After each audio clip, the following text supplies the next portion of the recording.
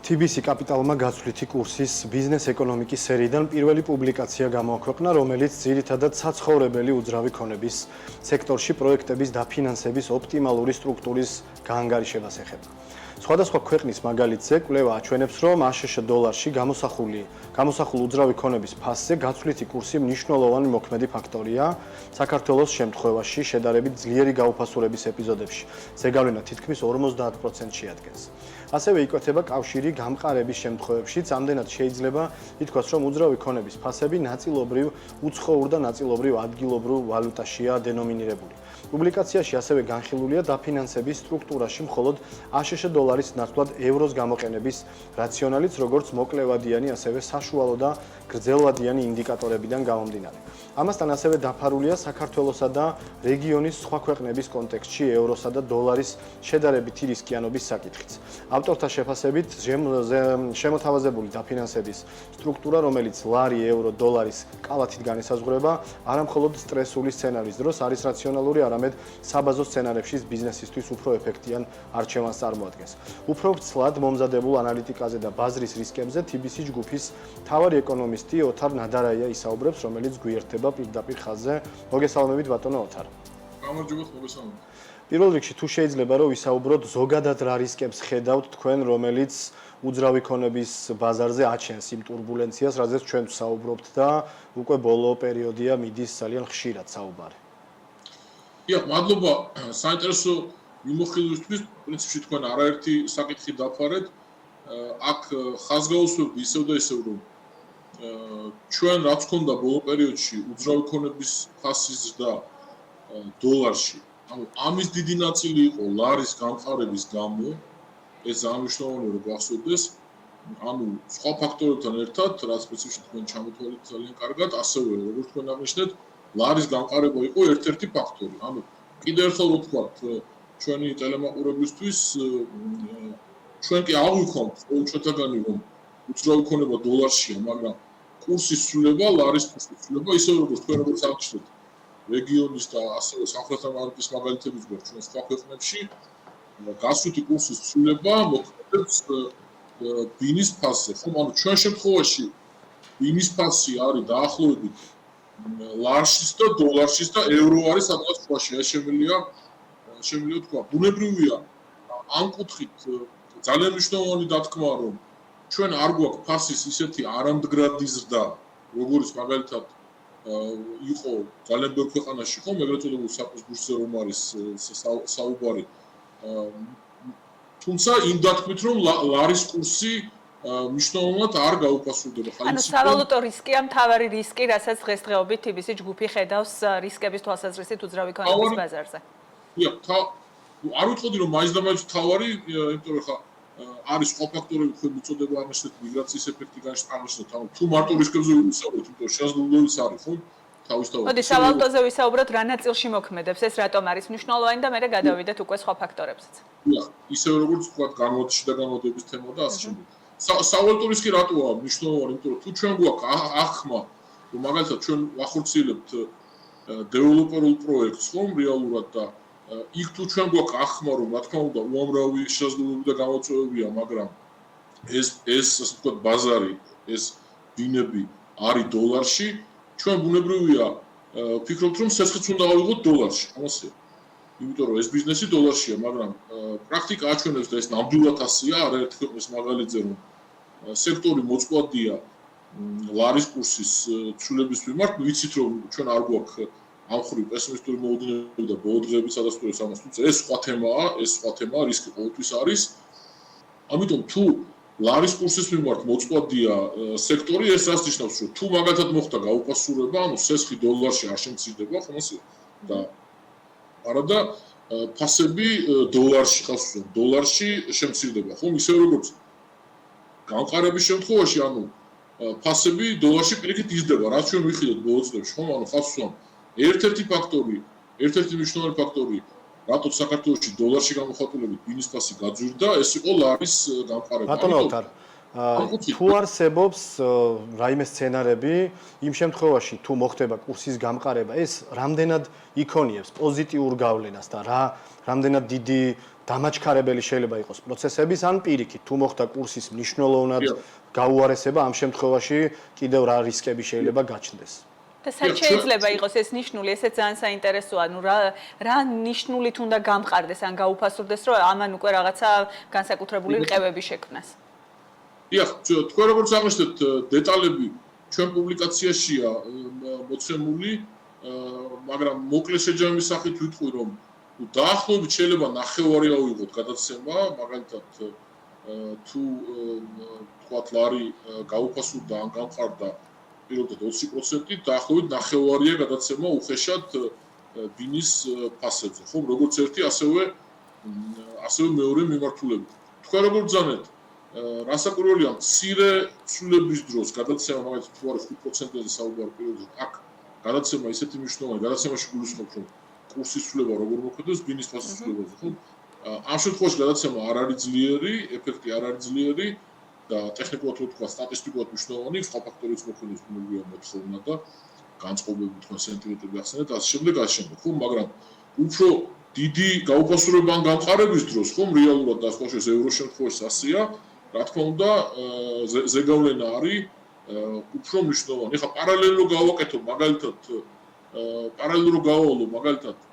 ჩვენი ღვინის ექსპორტი რუსეთში, იგი 2015 წლის მაგალითზე დამეთანხმებიან ბიზნესმენები, ვინც ამ სფეროში არიან, კონტრაქტები კი იყო დოლარში, ხო, მაგრამ რუბლის მკვეთრი გაუფასურების მერე მოხდა ამ კონტრაქტების კორექტირება, ხო, რეალურად. ამიტომ იგივე არის ამ შემთხვევაში უკვე უძრავი ქონების მაგალითზე, რაც რისკი ცოდნას და შეფასებაც ძალიან მნიშვნელოვანია, ხო? და ეს არ არის მარტო რისკი ჩვენი შეფასებით. ანუ აქ ასევე შესაძლებლობები იკვეთება, იმიტომ რომ მაგალითად თუ როგორც ჩვენ ურჩევთ და ასევე სხვა შემთხვევაში აქამდეც იმედია გვექნებათ, რომ ეს თემაც ზოგადად დავფაროთ ლარი ევრო დოლარის არჩევანი, ანუ ბიზნესისთვის მულტისავალუტო სესხი ამ შემთხვევაში, ხო? უფრო ეფექტიანია, მას შეუძლია ნაკლები კაპიტალი კონდეს და ასე შემდეგ, კონვერტაციების საკომისიო და სხვადასხვა ასე იგი ფაქტორის გამო, ანუ ის რომ ამ შემთხვევაში ლარი უფრო ძვირი ღირს, ამას ნაწილობრივ ევროს წილიც აკომპენსირებს და ასევე სხვა ფაქტორების აკომპენსირებს. სხვადასხვა მინდა გითხრათ, რომ ჩვენ დაახლოებით უფრო აქტიურად ვმუშაობთ ამ თემაზე, თქვენ როგორც აღნიშნეთ, დაახლოებით ბოლო 1 წლის განმავლობაში, ადრეც ჰქონდა მას პუბლიკაციები, მაგრამ ბოლო 1 წელი უფრო აქტიურად და მინდა გითხრათ, რომ იმ ბიზნესებთან, სადაც ჰქონდა შეხება, პირადი შეხვედრები, განხილვები, ასევე არაერთი სამუშაო შეხვედრა მოეწყო ამ თემაზე, სხვა შორის არა მარტო TBC, უნდა თქვა, არა მარტო TBC ბანკის კლიენტებთან, ასევე ბიზნეს ასოციაციაშიც, ანუ ამას მოყვა ის, რომ არა მთლიანად, მაგრამ ახალი პროექტები ხშირად არის უფრო დივერსიფიცირებული სავალუტო რისკის კუთხით, ხო, მაგალითად ბოლო პერიოდში, უხეშად ბოლო 6 თვეში გაცემულ სესხებს თუ აიღებთ, იქ მაგალითად ლარის წილი ხანდახან არის 40%, ხანდახან 15%, ასე შემდეგ, მაგრამ მთლიანად დოლარში სესხები აღარ არის ისე, როგორც ეს ადრე იყო, მაგალითად 2-3. თქვენ გულისხმობთ ფიზიკური პირების იპოთეკურ სესხებს თუ დეველოპერულ სესხებზეა საუბარი?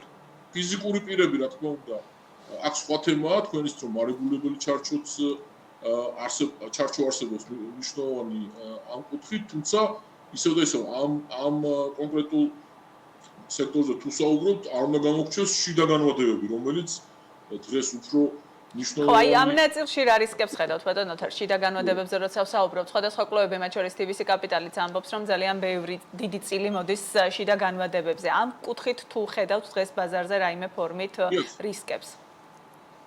ჩემი აზრით არის მაინც ეს საყურადღებო, იმიტომ რომ ძალიან მასშტაბური, ასე ვთქვათ, არის როგორც თქვენ ახსენეთ, შიდა განვადების ბაზარი, რა თქმა უნდა, შესაძლებლობების არის ამაში და უფრო მოქნილია ხშირად ეს ვთქვათ სქემები როგორც ბიზნესისთვის, ასევე ფიზიკური პირებისთვის და რა თქმა უნდა, ყველა ჩვენ ამ მიმართულებით წარმატებას უსურვებთ, მაგრამ არის ხშირად ვალუტაში დენომინაცია, ხომ ასეა და ჩვენ თუ ამბობთ, რომ ფიზიკური პირებისთვის რისკია, ასე ვთქვათ, ვალუტაში სესხის აღება და მეც ასე ვფიქრობ, რომ რისკია თუ ჰეჯირებული არის, რა თქმა უნდა, თქვენც თუ გზავნილების შემთხვევაში მაგათად პირიქით, ხო და ეს ცვლილებები შემოვიდა უკვე.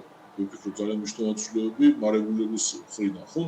მაგრამ უმრავლეს შემთხვევაში რა თქმა უნდა ეს რისკია, სადაც ლარია შემოსავლის წყარო და ამ ხრივ განსაკუთრებით ბოლო პერიოდში არის აქტიური თქვათ ნულოვანი თავიდან შენატანი რაც არის ხომ შიდა განმავლობაზე ასევე ვადა გრძელდება ხომ უფრო გრძელვადიანია და ამიტომ ესეც სესხია ფაქტობრივად ხომ ასე არა ამ შეიძლება მას სესხი არ ქვია მაგრამ ესეც სესხია და თავისთავად სესხი ძალიან მნიშვნელოვანი ეფექტიანი იმისთვის ეკონომიკური ზრდისთვის მაგრამ ამას ახლავს თან რისკები რასაც შეფასება ჭირდება ხომ ასეა და მე მაგალითად თქვენსით მე ეკონომისტი ვარ და მე მაგალითად არ ვარ ბანკირი და არა ვარ ამ სესხების გაცემის სფეროში ჩახედული ხომ ანუ ისე როგორც ბანკირი ალბათ არ არის დეველოპერი და არ ესმის ის სფერო ისე როგორც ამ ბიზნესს ესმის ხომ ამიტომ ეს არის მნიშვნელოვანი ჩვენ თუ სხვადასხვა მიზეზით მივიღეთ აქ ასე ვთქვათ სექტორი რომელიც ძალიან დიდია ხომ ამ სექტორს წიდება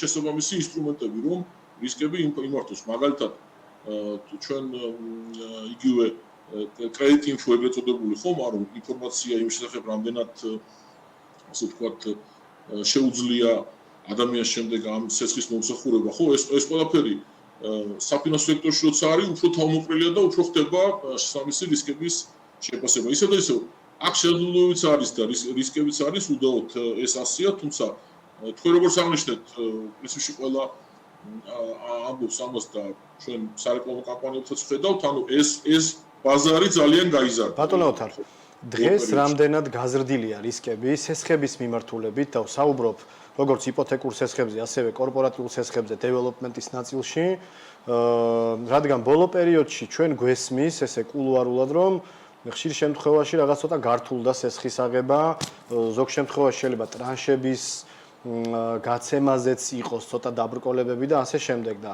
ეს მიუთითებს იმაზე რომ დღეს უძრავი ქონების სექტორი იმაზე მეტი რისკების მატარებელია ვიდრე შეიძლება რომ იყოს კი ბატონო პირველ რიგში დავუსტებ რომ მე უშუალოდ სესხების გაცემაში თქვენ როგორც იცით არა ვარ ჩათვლი თუმცა რა თქმა უნდა ბაზარზე მიმდინარე ტენდენციებთან დაკავშირებით ინფორმაციას ვფლობ ხომ თქვენ როგორც აღნიშნეთ რაც არის იგივე ეროვნული ბანკის ინფორმაციაში ანუ ხარისთან დაკავშირებით დღეს არაფერი ნეგატივი არ იკვეთება ასევე ახალი სესხებიც გაიცემა ესე არ არის რომ შეჩერებულია სესხები თუმცა როგორც თქვენ აღნიშნეთ მე შემიძლია დავადასტურო და გაიჩნია ვინ ითხოვს ხო აი ძირითადად შემთხვევაში თუ მხოლოდ დეველოპმენტი დგას ბიზნესის უკან უფრო დაბრკოლებით და რთულად გასცემს ბანკი თუ სხვა პროფილური ბიზნესებიც აქვს მაშინ უფრო თამამია თუ მხოლოდ დეველოპმენტია უკან მოკლედ ამ ნაწილში თავის შეკავება ხდება და ამის არაერთი მაგალითი ვიცით ასე პირად საუბრებში ამიტომა საინტერესო ბანკები როგორ ხედავენ დღეს ანუ ეს რისკი რეალურია ახლოს არის და ამიტომ იკავებენ თავს მათ შორის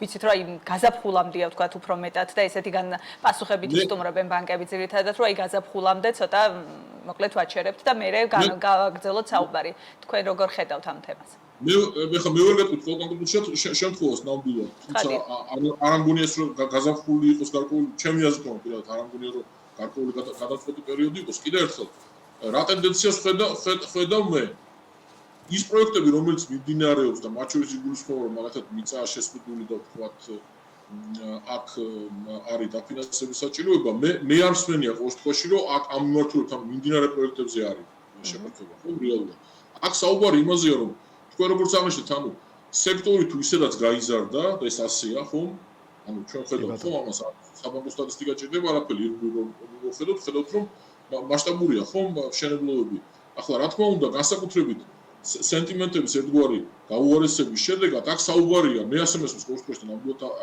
ასე ჩანს აქ საუბარია ახალი პროექტების დაწყებაზე ხო რეალურად რომელიც ჯერ არ დაწყებულა ის პროექტები რომელიც მაგათაც ნებართვა არის თქვა მიწა არის შესყიდული და ასე ვთქვათ ამის ეს პროექტი დაწყებულია ყოველ შემთხვევაში მე არ მაქვს ინფორმაცია რომ ამ მიმართულებით არის რაიმე შეფერხება რეალურად ეს ნამდვილად ასე ჩვენ თუ შევხედავთ იგივე სექტორულად პორტფოლს ის მაინც მზარდია რეალურად ხო მაგრამ საუბარი ისე და ისე იმაზეა და რაც შემიავზეთ ბიზნესიდანაც მოდის მე ასე ვფიქრობ ისე ეს შეიძლება უძრავი ქონების სექტორი ერთი სექტორია მაგრამ ძალიან სპეციფიურია, განსხვავებები არის ბევრი, ხო, იგივე თბილისის შორის. მიმდინარე პროცესები რა გავლენას ახდენს მოთხოვნაზე? ერთის მხრივ მიგრანტები იყო მთავარი ფაქტორი, ვინც ყიდულობდა, მეორეს მხრივ ადგილობრივი მოსახლეობა, მათ შორის საინვესტიციოთაც. დღეს, როცა ასეთი ცოტა მერყევი ვითარება აქვს ქვეყანაში რბილად, რო ვთქვათ, ეს ყველაფერი რა ტიპის გავლენას იქონიებს საშუალო და გრძელვადიან პერიოდში ბაზარზე?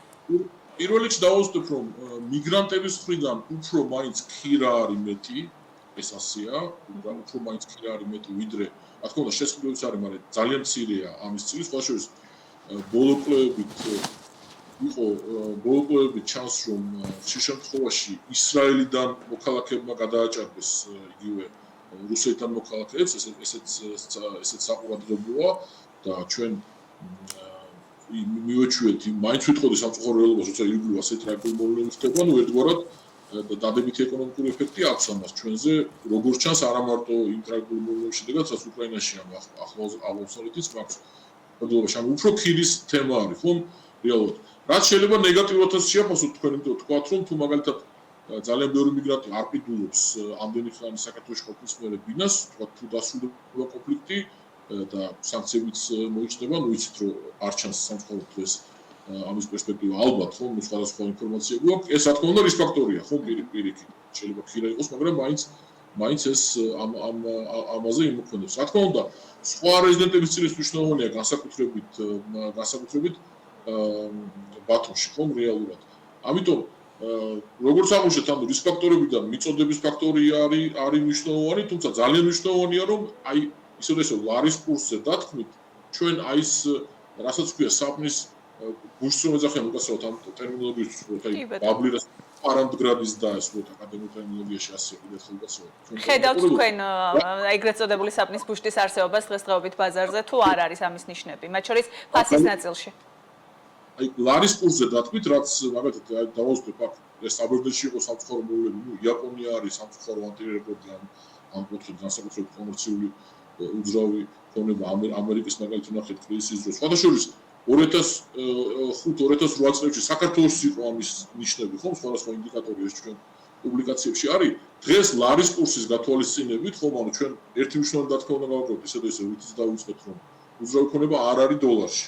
ანუ მისი ფუნდამენტური ღირებულება დოლარში არ არის. ამის გათვალისწინებით, ანუ ფასის არამდგრადის დის მნიშვნელოვანი ჩვენ ნიშნები არ გვაქვს, ეს ნამდვილად ასეა და რა თქმა უნდა, თქვენ რაც ახსენეთ, ანუ სენტიმენტების გაუარესება, ხო, მაგალითად დღეს რაც ჩანს ბაზარზე, რომაშუს ლარის კურსის კუთხით მნიშვნელოვანი ფაქტორია, რომ შეიძლება ჯამური მოთხოვნა იმდენად არ არის შემცირებული, მაგრამ მაგალითად ტელევიზორებზე, გრძელვადიანი მოხმარების საგნებზე, ხო, ამ საგნებზე რაც იმპორტულია ჩვენთან მოთხოვნა მნიშვნელოვნად არის შემცირებული ბოლო პერიოდში. რა თქმა უნდა, ეს ფაქტორები უარყოფითად მოქმედებს თავისთავად, ხო, მაგრამ ისე ლარის კურსის გათვალისწინებით ყოველთვის თავი რისკია ფასის არამდგრადი. წელს როგორ ელოდებით ფასებს ძალიან მოკლედ და დაგემშვიდობებით.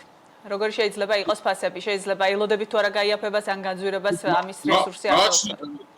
გააჩნია, ანუ ჩვენ ვიცით, რომ პირველ რიგში საიდანაც დავიწყე იმას ვიტყვი, რომ ჩვენ ვიცით, რომ ობიექტურად რიცხვებით ასეა, თქვენ ვიცით, რომ როცა თავიდან თქვით ეს არაერთგვარი რეაქცია გამოიწვევს, რომ უმრავლესობა თუ ყველა არა მოლოდა, რომ ლარი აუცილებლად უნდა გაუფასურებულიყო და პრინციპში ობიექტურად ეს ჩანს, რომ ოღონდ ჯერჯერობით ნამდვილად არ ჩანს ამის თავარი მაუძრავებელი, რა უნდა იყოს, მე რომ უფრო მარტივი სიტუაცია უბრალოდ რიცხვებით ეს ასე გამოდის. დანარჩენი ახლა უკვე მიკროდეტალებში შესვლას ცოტა რთული საკითხია, რომ გააჩნია რომელ უბანზე საუბრობთ, რა ტიპის ბინებზე საუბრობთ და ასე შემდეგ. ანუ თითქოს თქვენ შეიძლება ჩავთვალოთ, რომ ერთგვაროვანი ბაზარია, მაგრამ არ არის ერთგვაროვანი ბაზარი, იგივე თბილისის და ბათუმის ძალიან განსხვავდება ერთმანეთისგან თავისი იგივე კლიენტურით და თქვათ საფოსო სეგმენტით და ასე შემდეგ. საინვესტიციო მოთხოვნა, თქვათ სხვა რისკია მაგალითად, როცა საინვესტიციო მოთხოვნა თუნდაც თბილისში და სხვა რისკია, როცა მაგალითად მე პირობითად თქვენ საკუთარი მიზნებისთვის, საკუთარი ჩვენთან ოჯახთან ვიცხოვრობ ბინაში. ახლა ძალიან ბევრი თემა არის ასე ერთბაშად თვლია. დაველოდოთ მოვლენების განვითარებას. მადლობა ბატონო ოთარ თქვენი დროისთვის და საინტერესო ანალიტიკისთვის. ოთარ ნადარაია, TBC ჯგუფის მთავარი ეკონომისტი, პასუხობდა უძრავი ქონების კითხვებს.